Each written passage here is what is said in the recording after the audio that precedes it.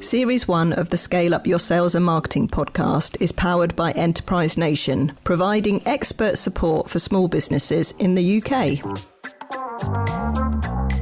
Welcome to episode 5 of Scale Up Your Sales and Marketing podcast. Today, we're going to be interviewing Leisa all about sales, and today's episode is called Let's Get to the Point, shall we? So Leisa, tell us what it's about. Why have we got to get to the point? Right, very good question. So today's episode, we're going to be looking specifically at sales outreach communications. So looking particularly at 3 areas. So telephone calls, emails, and face-to-face, so in person.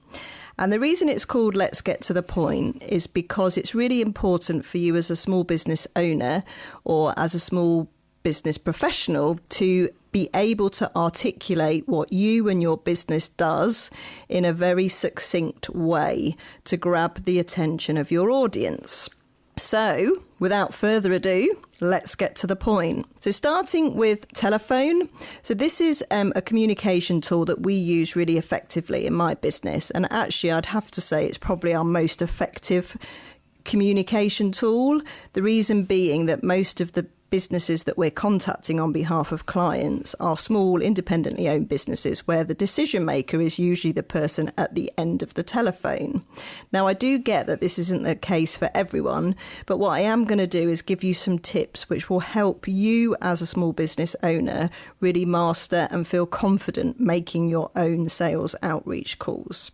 So let's get started. So I've got 5 top tips. Sorry, Vic, I've gone off the grain slightly. You're normally 3. I am usually a person of 3, but it's Friday, so I thought I'd splash out. So time. What I mean by this is make sure that you have the time to make these calls. So don't squeeze it in between 2 meetings. I've got 10 minutes. Right, I'm going to crack on and make as many phone calls as possible. No, you need to give yourself sufficient time to do it to the best of your ability. But you also need to be mindful of the time of the person that you are contacting. So I'll give you a classic example of this, and this is totally my bad and something that I wouldn't normally do. So this week I was making a lot of calls on behalf of clients, and I made the fatal mistake of calling a cafe at 1:30 in the afternoon. Uh-oh. I know. And as soon as I'd done it, I just knew. And the lady said, look, I'm really sorry, but you've caught me at a really bad time. I'm right in the middle of lunchtime service. And of course I knew that. And I just apologised and said, I'm really sorry to bother you. I'll call back at a better time. So I think as far as time goes, make sure you have the time, but also make sure that you're mindful of the time of day that you're contacting the person that you want to make the connection with, because what you want to do is set yourself up for success. Second tip, get comfy. So if you work in a big office and actually the thought of your colleagues listening into you making calls makes you want to cringe, then I would suggest you book a meeting room or you find a quiet corner of the office to actually do these calls away from listening ears where you're going to feel more comfortable and actually, as I've said already, give yourself the best opportunity to be successful with your interactions. If you need to, so I do all of my calls on my mobile phone. I always use the loudspeaker because it's just easier, and it means that I've got a hand free for writing as well. But if you need to use a headset, or if you're dialing from a landline, I mean, I don't even know if they exist anymore, but just get yourself comfortable. Just be comfortable, be in a space that is conducive to doing what you need to do so you get the best outcome. Set an objective. So what is the reason for this call? You're not phoning to say hi and have a chat. You're phoning to get the email address of the decision maker, find out the name of the decision maker, introduce your product and business very top line, but make sure you have in the back of your mind before you even pick up the phone the objective for the call, because that is going to enable you to actually make it a successful interaction. Number 4, be bold. Mm-hmm. So when you call, you need to own that conversation. So no I was just wondering is it okay if you phone up, you say, hi, it's Leisa from Find Me the Leads. You don't say, Hi, my name is Lisa. I'm calling from a company called Find Me the Leads. Just be bold, own the conversation. In the back of your head, you need to be thinking, I know something, I have something that this person wants. So tip. be bold and get to the point. And don't apologise. So this is really important. So don't say, I'm really sorry to bother you, but is it okay if? Because the fact that you've said, sorry to bother you, might actually make them think, well, now you come to mention it, you are bothering me. So don't apologise. If you've done your homework and you're contacting someone who has a need and a want for your product or service, there is no need for you to apologise. You're making a connection and showcasing something that they actually need. So that's the telephone. Hopefully that's been helpful. Moving on to emails. Before you go on to emails, can I ask you something about telephone? Go on. I used to work in a office in London, and there was people in the sales team, and they used to walk around. Now, we always used to think, what are you doing walking around on the phone? But actually, now I come to think about it, when I make calls, I can sometimes be stood up even in my own office, because I feel like I'm talking better. And there's also something that I've heard about people smiling when they're on the phone as well. Like, are these things that you'd say are good tips for business Absolutely. owners? I think you've got to do what feels right for you. Right, okay. But absolutely about the presenting yourself. And this can be over the phone when the person can't actually see you. Via email, again, they can't see you, or face to face. When you stand up and you put your feet 2 feet apart, or hip distance apart, that's what I was trying to say, it opens up your chest and enables you to really project your voice. So I can feel myself doing it now. I'm actually like putting my shoulders back and opening up my chest, because it enables you to breathe. It gives you more air in your lungs, and that enables you to really project your voice. So absolutely, find what works for you. I've actually got a funny story about that, because when I worked for a big corporation, as a sales team, we used to base ourselves every Friday from the closest office, and we used to descend on this office, en masse, and sit in the corner of the office at what were called the hot desks, and make a bit of noise, which they didn't really like, just because we were chattering and that sort of thing. And I remember a couple of times the sales guys did exactly what you've just said. When they received a call, they got up from the desk to walk away, and we actually got complaints, and we were told not to do it. So you might just want to check what the office policy is before you start wandering around on the telephone. But do what works for you, which is going to make you feel confident and is going to get you the best result. So let's move on to email. Email is definitely not dead. Email is also a very effective communication tool that we use within my business.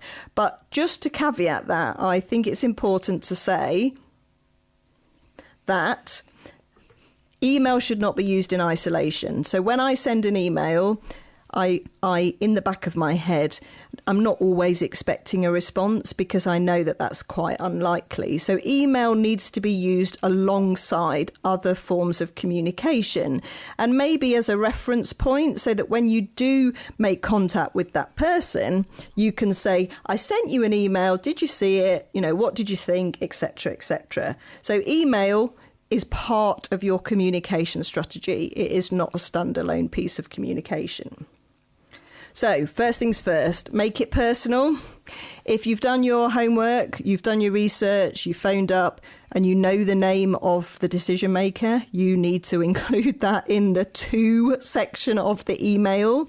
I would even go as far as to say, use it in the subject line. So we do this quite a lot. We put FAO, Julie, you asked for more information, because actually it's like you're speaking directly to them. Yeah. So use their first name as much as possible. Second, reference.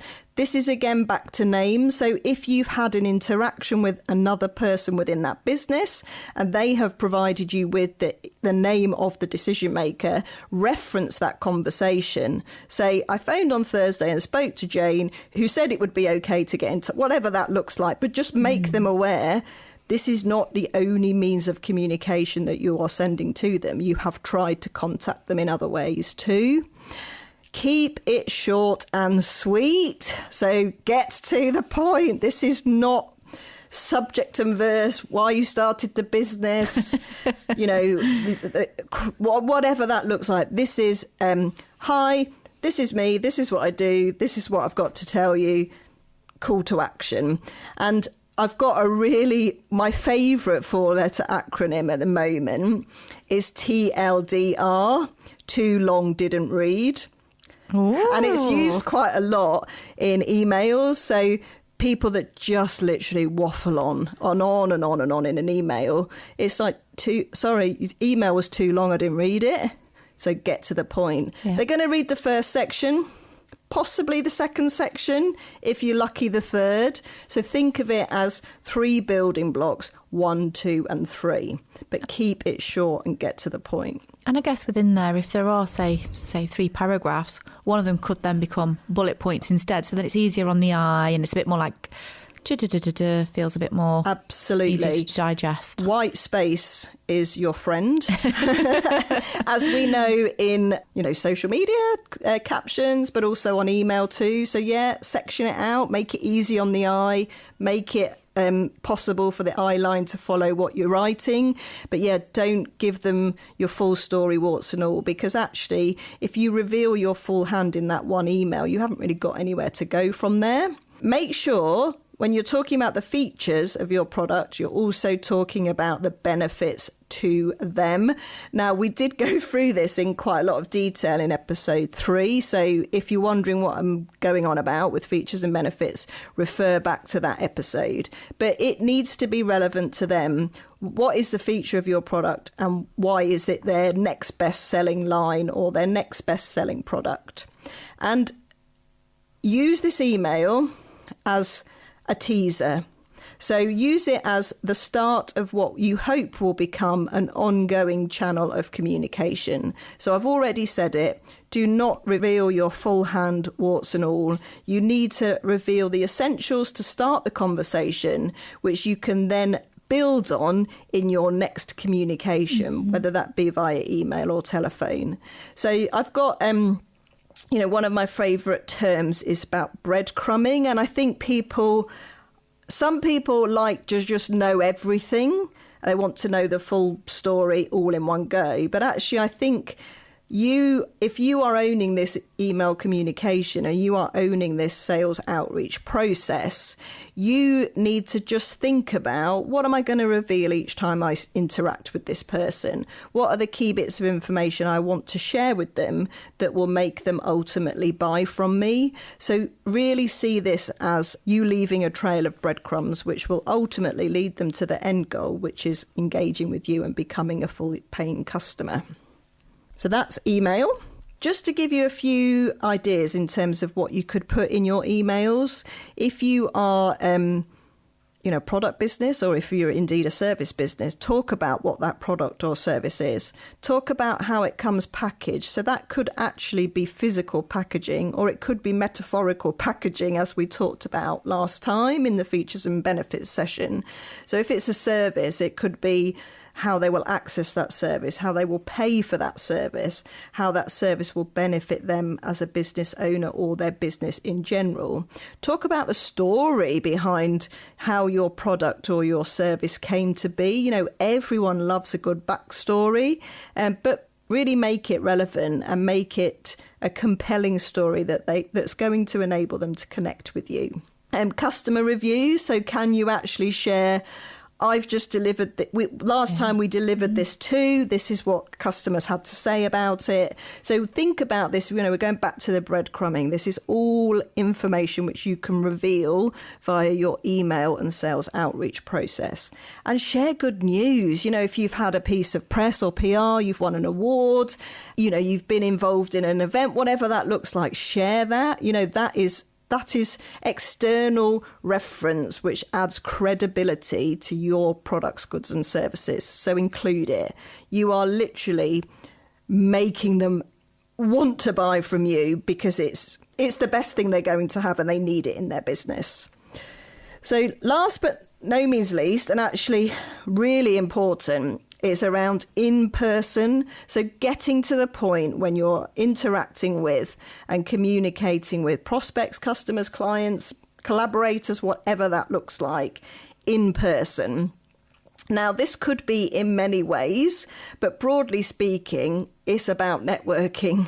And whether that be through a traditional networking event or whether that be you've bumped into someone, in the school playground, in the soup, whatever that looks like, you've got to think of this as this is an opportunity for me to get to the point, articulate who I am, what I do, and how my business makes the world a better place, if that is the case. So this is all about the elevator pitch. And most of you will probably know what I mean by that. But just to be absolutely clear, so it's called an elevator pitch because it is supposed to be the conversation that you have with somebody in the lift. So imagine you're waiting on the ground floor to get the lift. The door opens and your most, Richard Branson is in the lift. Richard Branson's in the lift. Whoever you're like, oh my God, he's my ideal client, customer. This is somebody that I just need to tell all about what I do. So you've got the time it takes for the lift to reach the ground floor, to whatever floor you or he or they are going to tell them about you and your business. And that's why it's called an elevator pitch. They're also called water cooler conversations. So imagine if you're in a big office, you're off to get a cup of water and the CEO sidles up to you at the water cooler. What are you actually going to say to them that's going to secure your next promotion? So you need to have that planned, prepared, and you need to nail it. You need to think 30 seconds if I'm lucky, 60 seconds if they're feeling really generous. So think about what it is you would want to say. So there's always an intro. So when I go to a networking event, typically everyone gets the opportunity to stand up and introduce themselves and their business. And I would stand up and say, Leisa Pickles, find me the lead, making connections in food and drink. Sit back down. The reason is because I'm announcing myself, the name of my business, and I'm already telling the audience that actually I work in the sector of food and drink. You don't need to waffle. You don't need to tell them more than they need to know. Just breadcrumb, i.e. whet the appetite. But you then need to have something to back it up. So I would then go on to say, when I'm given my 20 seconds, 10 seconds, 30 seconds, however many seconds that looks like, hi, my name's Leisa Pickles. My business is called Find Me the Leads. We help food and drink producers get their products into more places and in front of more people. And hopefully the people on the table go, oh, wow, that sounds really interesting. What does that look like? And I say, well, we find suitable outlets for our customers' products, and then we make connections on their behalf. That's usually via the telephone or via email. But ultimately, what we're trying to do for our clients is get their products in front of more people and ultimately into the hands of more consumers. So we're just giving a bit away each time. So that one, by the way, was totally off the cuff. And I probably should have prepared that a little bit more succinctly. However, for the purposes of this episode and to illustrate the point, it is important to prepare. And obviously, you've just seen a real life example of failing to prepare in this particular instance. But you need to make sure that you prepare. You have a few, depending on the audience, the time that you're going to be given, and the message that you want to get across. But actually being able, and this comes back to your point, Vic, about standing up, feet hip distance apart, open up your chest, project your voice, and just say it. There is a really famous saying, and I think it's Winston Churchill, and he's talking about his approach to delivering key speeches. And he says, tell him what you're going to tell him, and tell them you told them. And I think it's really important, because this is when you're delivering, whatever you want your elevator pitch to be, it is important to bring it to a close as well. So if you get the opportunity to repeat your name and the name of your business again at the end, because people do drift off thinking about what they're going to have for tea or the call that they need to make when they get back to the office. So tell them what you're going to tell them, and tell them you told them. So that, think about it this way: if they walk away and they tell somebody, one of their mates, oh, I've just been sat on table number 5 with Leisa Pickles, and they say, well, who's Leisa Pickles? What does she do? Said, oh, her business is called Finding the Leads. She makes connections in food and drink. Oh, anyway, yeah, lovely. What we're going to have for dinner tonight. So just think about your key messages, what you want to say, how you want to say it, and how you want to be remembered.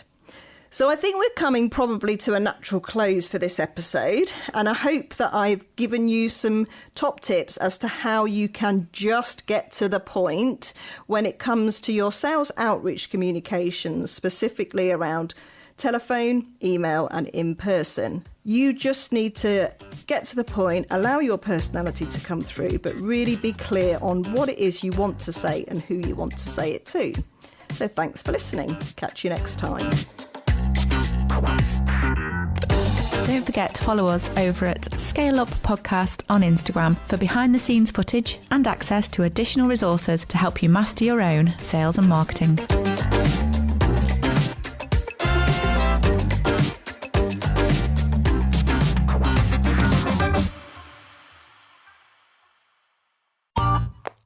This has been a Monkey Pants Productions podcast.